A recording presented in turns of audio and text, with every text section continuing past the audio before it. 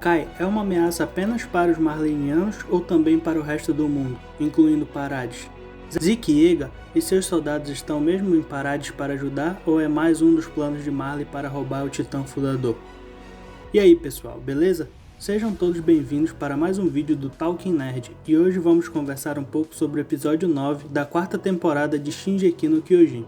E sem mais delongas, já começamos falando sobre a reflexão de Armin e sua concha que, para quem já está com o pé atrás nas referências de Shingeki, onde tudo tem significado, já olhou diferente para as cenas da concha. Bom, o que parece é que o significado principal do Armin estar ali pirando em um bate-papo com uma concha é a falta de esperança em uma resolução pacífica desta história.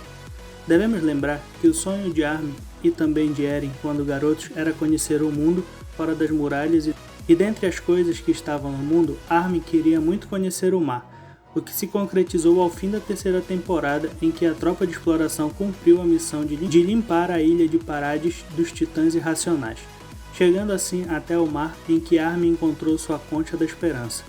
Mas com os eventos que se seguiram, esta possibilidade de conhecer o mundo de forma pacífica se foi, e o que parece é que Armin já pressente o pior, que na verdade já se iniciou com a morte de Sasha, que é também um dos motivos de sua introspecção nesse episódio. Mas voltando ao episódio, Armin faz um flashback que começa a explicar pra gente o que houve durante esses 3 anos de time skip que se deram do fim da terceira temporada para o início da quarta temporada, que já começou em muita porrada frenética e sem muita explicação, o que nos faz pensar que chegou o momento de explicar as coisas. Armin lembra que assim que chegaram nas praias, a tropa de exploração começou a interceptar os navios que vinham de Marley. Navios esses que antes vinham com o objetivo de encher a ilha de titãs irracionais, mas que agora estavam de olho nos recursos naturais do local e de uma possível invasão em Parades, haja vista que Marley foi obrigada a entrar em várias guerras pelo mundo por conta da perda de poder militar que Parades causou, roubando 2 dos titãs originais, a Titã Fêmea e o Colossal. E ainda continuam querendo o poder do Titã Fundador. Ao interceptarem um destes navios, alguns tripulantes de Marley que ali estavam foram com outra intenção, que não era servir Marley. E nos é mostrado quem era o soldado que prendeu Pieck e Galliard no poço antes do ataque de Marley começar.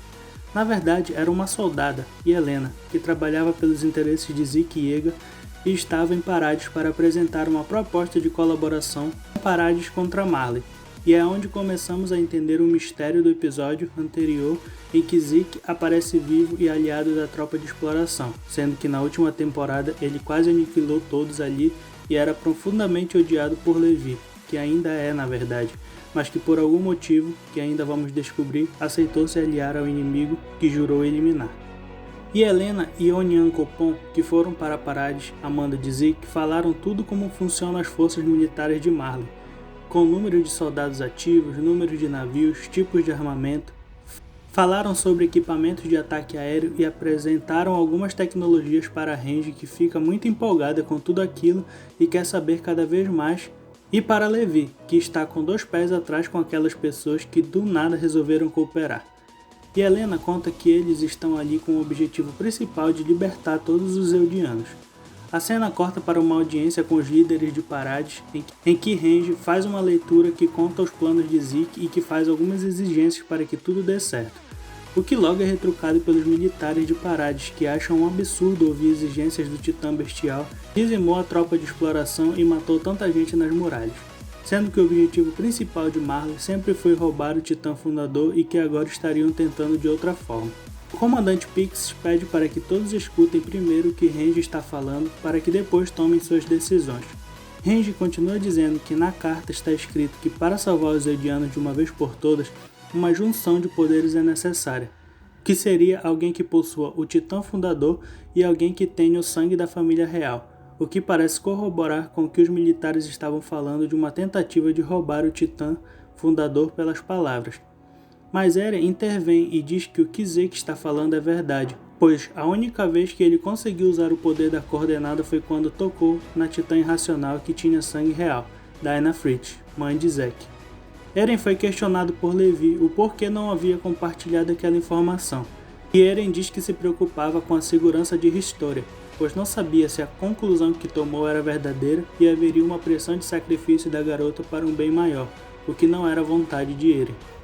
Armin continua lembrando o desenvolvimento e o conhecimento que os soldados que vinham de Marley traziam para Parades, como as armas que foram aproveitadas para equipar o exército eldiano, a cultura que fez alguns refletirem sobre outros horizontes, como o próprio Armin ao ouvir de Onyankopon que ele tinha a pele escura porque Deus que criou todos, incluindo os seguidores de Ymir, resolveu criar pessoas diferentes.